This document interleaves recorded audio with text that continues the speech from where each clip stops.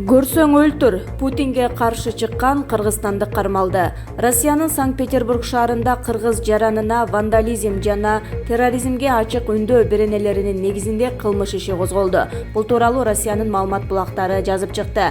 Маалыматка ылайык 22 жаштагы Мухаммад Азиз Ишматов Парпиев аттуу жаран менен Россиянын президенти Владимир Путиндин сүрөтүн дуалдарга чаптап, көрсөң өлтүр деп жазуу калтырышкан деп айып тагылууда. Россиянын маалымат булактары белгилеген эки жаран тең кыргыз жараны. Алар Алты имараттын дуалына Путиндин сүрөтүн тартышкан. Коронавирус тууралуу жалган маалымат тараткан кыргыз жараны кармалды. Россияда жашап иштеп жүргөн кыргызстандыктар арасында Кыргызстанда коронавирус катталды деген такталбаган чагымчыл материалдарды WhatsApp жана башка соц тармактар аркылуу таратып жүргөн жаран кармалды. Бул тууралуу Ички иштер министринин маалымат кызматы билдирди. Маалыматка ылайык чагымчыл мүнөздөгү маалымат коомчулукка тез тарап, эл арасында кооптонууну пайда кылууда. Россиядагы Ички иштер министринин өкүлдөрү мыйзамсыз миграция жана экстремизмге каршы аракет көрүү боюнча кызмат менен биргеликте иликтөө жүргүзүштү. Жыйынтыгында Ош областына караштуу Ноокат районунун 1992-жылы туулган Ж.И. аттуу тургуну маалыматтарды таратып жүргөнү аныкталды. Ага жалган маалымат тараткан үчүн жазага тартылары эскертилди деп айтылат маалыматта. Ж.И. күнөөсүн мойнуна алып материалдарды интернет булактарынан, ошондой эле Казакстанда жүргүзүлгөн коронавируска каршы реакция кылууга окутуу сабактарынан алганын билдирген. Соцфонд пенсияга мөөнөтүнөн эрте чыгууну жоюуга ниеттенип жатат. Пенсияга эрте чыгуу жобосун алып салуу үчүн мыйзамга өзгөртүүлөрдү киргизүү каралып жатат. Бул тууралуу Спутник Кыргызстан агенттигине социалдык фонддун төрагасы Медер Ирсалиев билдирди. Маалыматка ылайык, соцфонддун чыгымы жана пенсионерлердин саны өсүүдө. Ирсалиев бул соцфонддун бюджетине залакасын тийгизип, пенсионерлерге акча төлөөдө кыйынчылык жаратпайбы деген маанайдагы бир катар суроолорго жооп берди. Жетекчи пенсионерлердин саны өсүп жатканын тастыктап, бул бара-бара чыгымдын көбөйүшүнө алып келерин айтты. Ошол себептен реформа зарыл. Ирсалиев ушул тапта аялдар пенсияга 58 жашында чыкса, эркектер 63 жашында чыгаларын эскертти. Пенсияга мөөнөтүнөн мурда көп категория боюнча чыгышат. Мисалы, күч түзүмдөрүндө иштегендер 40 же 45 жашынан пенсияга чыгып кетишет. Аялдардын негизги массасы иш тажрыйбасына карап 55 жашынан, ал эми эркектер 60 жашынан пенсияга чыгышат. Биз жеңилдиктерди алып салышыбыз керек. Ошондо бир топ акчаны экономдоп калууга мүмкүнчүлүк түзүлөт. Мыйзам долбоорун даярдап, анда 58-63 жаш өзгөчөлүгүн калтырабыз. Болгону жеңилдиктерди алып салабыз, деди Ирсалиев. Ал пенсияга чыгуу жашы өйдөлөтүлбөй турганын айтты. Маалыматка караганда 2016-жылы соцфонддун чыгымы 42 миллиард сомду түзсө, азыр 57 миллиардка көбөйдү. Чыгымга кеткен акча республикалык бюджеттен бөлүнөт. Анын жыл сайын өсүп жатканы белгилүү.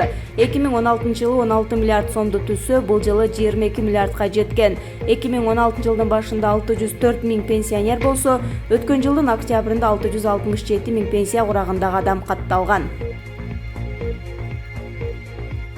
Депутат орус жарандыгын алган кыргызстандыктардын таламын талашты. 30 январдагы жогорку кеңештин жыйынында депутат Жанарбек Акаев юстиция министрлигинин кыргыз жарандыгын алуу боюнча мыйзамга өзгөртүү киргизүүчү долбоорду чакыртып алууга үндөдү. Депутаттын айтымында, ал мыйзам долбооруна башка өлкөнүн паспортун алган учурда Кыргызстандын жарандыгынан дароо чыгарылат деген жобо киргизилүүдө. Акаев бул Орусияда кыргыз мигранттарынын мекенине кайтышында кыйынчылык жараларын айтты. Орусиянын расмий органдарынын маалыматы боюнча 2017-жылдын жыйынтыгы менен орус жарандыгын алган 553.198 кыргызстандык бар. Алардын көпчүлүгүндө кыргыз паспорту да сакталып калган. Алар келип айылдан жер, шаардан батир алышат. Ирденип алайын деп убактылуу кеткен. Алар кайтып келет. Азыр бул мыйзам менен башка жарандыкты алсаңар, кыргыз паспортун тапшыргыла деп жатабыз. Азыр орус жарандыгын алганы менен кыргыз паспортун колдонуу мыйзамдуу. Кыргызстандын миллиондогон ашуун жараны бүгүнкү күндө чет жакта мигрант болуп жүрөт. Акыркы 10 жылда Кыргызстандын эмгек мигранттары жана мекендештер өлкөгө 19 миллиард доллардан ашык акча жөнөткөн. Көпчүлүк мигранттар Орусияда иштешет. Ырчы Атабеков милицияга нааразы болуп президентке кайрылды. Таанымал ырчы Мирбек Атабеков анын апасы өз үйүндө каракталганы боюнча кылмыш ишин тергөөгө байланыштуу милицияга нааразычылыгын айтып чыкты. Бул тууралуу ырчы Супер KG сайтына интервью берген. Атабековдун айтымында милициянын шала кылыгынан улам кылмышка шектүү эркиндикке чыгып кеткен. Бизде чоң суроо бар, деди ал. Урдалган буюмдар ал баланын машинесинен табылып жатса, ал баланын күнөөсү жок болсо, анда ким ал жакка салды? Кылмышка ким жооп берет? Урдалган буюмдар табылып жатса, демек кылмыш ачылган. Бул жерде биз билбеген көп нерселер бар. Мен өкмөткө, президентке кайрылам. Сот системасын, милициядагы кайдыгер кызматкерлерди тазалаш керек. Жашоо коркунучтуу болуп калды. Атабековдун айтымында кылмышка шектүү жаңы жыл алдында эркиндикке чыгып кеткен. Ырчы бийликке өзүнүн жеке иш үчүн эмес, мындай окуялар коомчулукта көп болуп жаткандыктан кайрылып жатканын айтууда. Мирбек Атабеков кылмышкерлер апасы менен карындашын курал менен коркутуп тоноп кетишкенин эске салып, алар жазасыз калбашы керек деп эсептейт. 2019-жылдын 2-сентябрь күнү шаардык милиция Бишкектеги жеке менчик үйлөрдүн бирине карактоого кирген деп шек саналган жаран кармалганын билдирген. Анда милиция Каракоо шаарынын 24 жаштагы тургуну БМ аттуу жаран кармалып, анын автоунаасынын ичинен далил буюмдар табылганын кабарлаган. Шектүү адам кармалгандан кийин ырчы Мирбек Атабеков өзүнүн Инстаграмдагы жеке баракчасы аркылуу укук коргоо органдары менен соттордон бул фактыны калыс иликтеп аягына чыгарууну өтүнгөн. Таласта төрөтканага келген аял медайымды ичке тепкен. Талас областык ооруканасынын төрөт бөлүмүнө келген адамдардын бири медайымды ичке теп, денесине залал келтирген. Бул тууралуу Талас областык ички иштер башкармалыгынын басма сөз кызматынан билдиришти.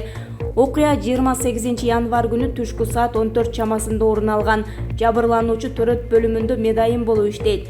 Ошол күнү төрөтканага төрөгөн жакынын көргөнү бейтааныш эки аял бир эркек келишкен.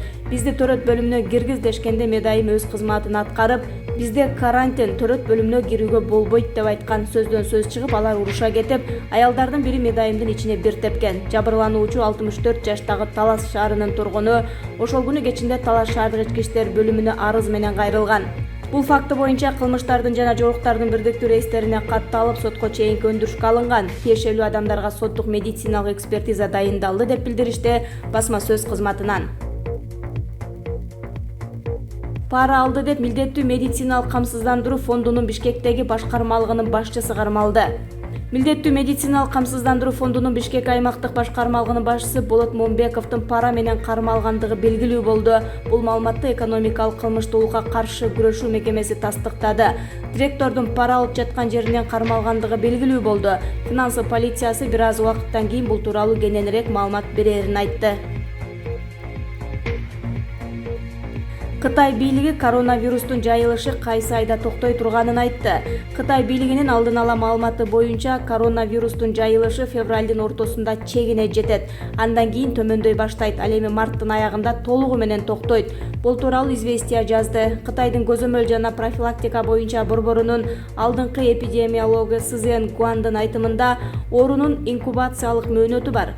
23 январда Уханга карантин киргизилген. Эгер ошол убакыттан тарта эсептей турган болсок, 8 февралда эпидемия төмөндөп башташы керек, деди Адис. Буга чейин Новосибирск университетинин бионанотехнология, микробиология жана вирусология лабораториясынын башчысы Сергей Нетесов вирустагы 2 жумадай тездик менен тарашы ыктымалдыгын билдирген. Декабрдын аягында Кытай бийлиги Ухан шаарында белгисиз бир вирустун таралышы боюнча билдирген. Биринчилерден болуп, оору жуктургандардын деңиз азыктары сатылган базар менен байланышы болгон. Адистер дарттын козгогучу коронавирустун 2019 инсоф деп аталган жаңы тип экендигин болголошкон. Сапар Исаков, Жантөрө Сатыбалдиевдин камакта отурушу бул нонсенс. 29 январда Бишкек шаардык сотунда ЖЭП боюнча жактоочулардын апелляциялык даттануулары каралды. Анда мурдагы өкмөт башчы Сапар Исаков сурак берди. Өз сөзүндө ал ЖЭП иши боюнча айыпталуучулар бир кылмыштуу топ катары каралып жатканына нааразы экенин билдирди. Мисалга алсак, мурдагы өкмөт башчы Жантөрө Сатыбалдиев менен профессионалдык гана мамиледе болчубуз. Жантөрө Жолдошевич экөөбүз мамлекеттик иштин алкагында жолукчубуз. Ошондо дагы ЖЭП боюнча бир дагы жолу сүйлөшкөн эмеспиз. Жантөрө Сатыбалдиев көз карандысыз адам, аны баары билет. Жантөрө Сатыбалдиевдин камакта отурушу бул нонсенс, деди Исаков. Жөлөк пул өлчөмү 300 сом. Жарандар аны алууга кызыктар эмес. Кыргызстанда болгону 123 киши жумуссуздук боюнча жөлөк пул алышат. Бул тууралуу Жогорку Кеңештин отурумунда Эмгек жана социалдык өнүгүү министринин орун басары Камалдин Токтосартов билдирди. Анын айтымында бюджеттен жыл сайын социалдык төлөм үчүн 5 миллион сом бөлүнөт. Жөлөк пулдун өлчөмү болгону 300 сомду түзөт. Аны алыш үчүн паспорт, билими тууралуу документ жана эмгек китепчеси керек. Бирок кыргызстандыктар жөлөк пул алууга кызыктар эмес, анткени ал өтө эле аз, деди аткаминер. 2020 жылдын январына карата жумуссуздардын саны 94.248 кишини түздү. Жумуссуздардын 9% Баткен областында, 8,8% Нарын, 8,4% Ысык көл, 7,3% Чүй областарында жашайт. Эрдоган: Орусия Сириядагы келишимди сыйлабай жатат. Туркиянын президенти Режеп Тайип Эрдоган Сириядагы аскердик операцияга байланыштуу чыдамы кетип турганын билдирди. Бул өлкөдөгү зомбулукту болтурбаш үчүн түзүлгөн келишимди сактабай жатат деп Орусияны айыптады. Сирия оппозициясынын акыркы таянычы аймагы болгон саналган Идлиб провинциясынын акыркы жумаларда Орусияга таянган Сирия өкмөтү чабуулга алууда. 100 миңдеген карапайым адамдар үй жайын таштап Туркияга качып жатышат. 29 январдагы сөзүндө Эрдоган эгер провинцияны бомбалоо токтобосо, Анкара зарыл болгондун баарын жасашы мүмкүн экенин эскертти. Туркия Сирия оппозициясын Орусия өкмөтүн колдойт. Эки өлкөнүн жетекчилиги Идлибтеги аскердик аракеттерди токтотуп, демилитаризацияланган аймак түзүүнүн үстүнөн иштөөнү макулдашкан. Учакка түшкөндө башкалардан кагуу жеген аял 76 килограммга арыктады. Канаданын тургуну учакка түшкөндө башка жүргүнчүлөр тарабынан өз дарегине жаман сөздөрдү уккандан кийин 76 килограммга арыктады. Бул тууралуу чет элдик басылмалар жазды. Ага ылайык 32 жаштагы Келси Бонас учакка түшкөндө коопсуздук курун тагынаарда ал чак келбей койгон. Бонас турмушка чыгып, Улуу Британияга көчүп келгенден кийин толо баштаган.